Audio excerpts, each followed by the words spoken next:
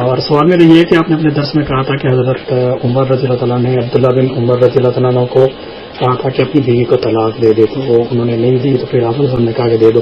تو کیا اس طرح اگر کوئی بیوی جو کہ دینی ہو اور اچھی ہو لیکن اگر باپ کہے کہ طلاق دے دے تو کیا دے دینی چاہیے، یا اگر کوئی نہ دے تو کیا وہ گناہ گار ہے؟ دیکھیں کہ عبداللہ بن عمر رضی اللہ تعالیٰ نے اپنے باپ کی بات نہیں مانی تھی، اور ان کے باپ عظیم الشان صحابی تھے، بہت بڑے فضیلتوں والے جنتی صحابی تھے. تو یہ حیثیت تو کسی کے والدین کو حاصل نہیں ہے. تو آج کل اگر کوئی کسی کی نیک بیوی اور والدین جو ہے اس کو کہتے ہیں کہ طلاق دے دے تو اس پر ماننا کوئی ضروری نہیں ہے. ہاں اگر اللہ کے رسول جو ہیں وہ زندہ ہوتے اور وہ فرماتے کہ طلاق دے دو تو پھر ماننا جو ہے ضروری تھا. تو عبداللہ بن عمر نے تب ہی طلاق دی جب اللہ کے رسول نے فرمایا. تو پھر یعنی اگر آج کل کوئی اپنے والدین کی بات نہیں مانتا اور اس کی بیوی نیک ہے، صحیح ہے، اور اس کو طلاق دیتا ہے تو کوئی گناہ گار نہیں ہوگا، کیونکہ یہ کوئی قاعدہ نہیں بیان کیا گیا، یہ خاص واقعہ ہے. یہ کوئی قاعدہ نہیں ہے کہ جب بھی کوئی والد کہے گا طلاق دے دو تو طلاق دے دینی ہے، یہ مسئلہ نہیں ہے.